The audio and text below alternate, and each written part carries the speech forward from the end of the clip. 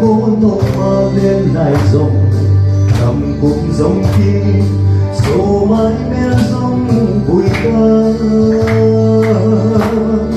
thì xin yêu lại kiếm linh xây tha tha lại ngày nào để hạt chế sao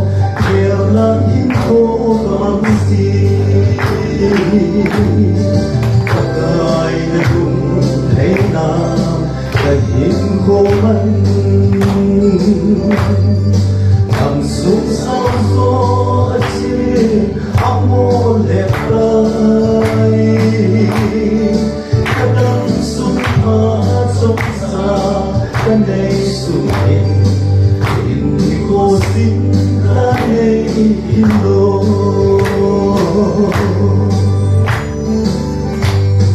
ngày xa bằng các bạn lại nhìn du bắc ta thung lại rừng xây tha hanin sa day bagin ka nung kuma delo uwa bang kadena at si sa nang zamlin aleptai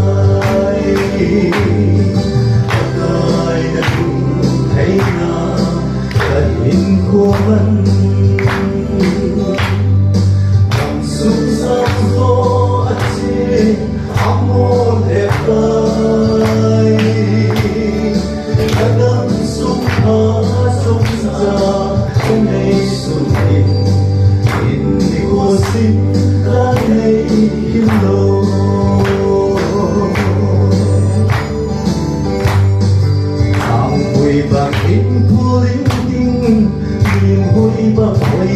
dòng về một hào vô ai họ vẫn in thơ Giêsu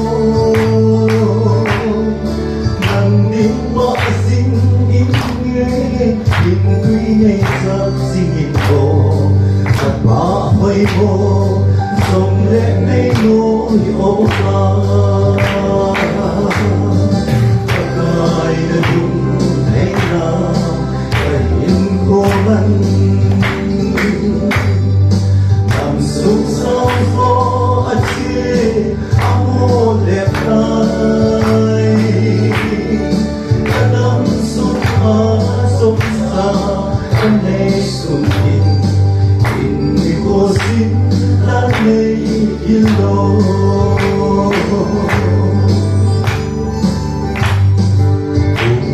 bằng tiếng vui giông lên sumbang ni ko di opa apa mai ke ate sahin bozu kahina bang ni mango na leng dam ma din makai na to kalung mo na perani makai na dum hey na kahin ko man cảm xúc sao gió chia áo mô lệ tay cái đắm xuân hoa trong xa cái này xuân hình thì cô xin đã lấy yên lô các ai đã cùng thấy nào kahin ko man cảm xúc sao gió chia áo mô đẹp tay cái đắm xuân hoa trong xa cái này xuân hình thì cô xin đã lấy yên lô